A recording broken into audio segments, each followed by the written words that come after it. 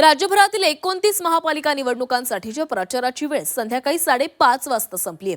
त्यामुळे आता उमेदवारांचा जोर गाठीभेटीवर असणार आहे। प्रचाराचे भोंगे आता थंडावलेले आहेत, मात्र उमेदवारांना घरोघरी जाऊन मतदारांच्या भेटीगाठी घेता येणार आहेत। त्यावेळी त्यांना माईकचा वापर करता येणार नाहीये, तसंच समूहानं प्रचारही करता येणार नाही।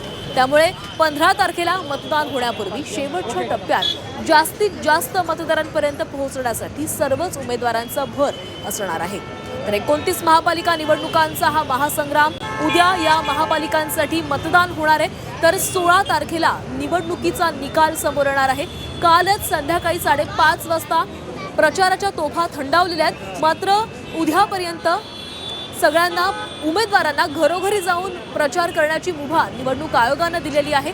या निवडणूक आयोगाच्या निर्णयावर विरोधकांनी टीका देखील केलेली आहे। तर आता प्रचार संपलाय, आता गाठीभेटी सुरू झालेल्या आहेत।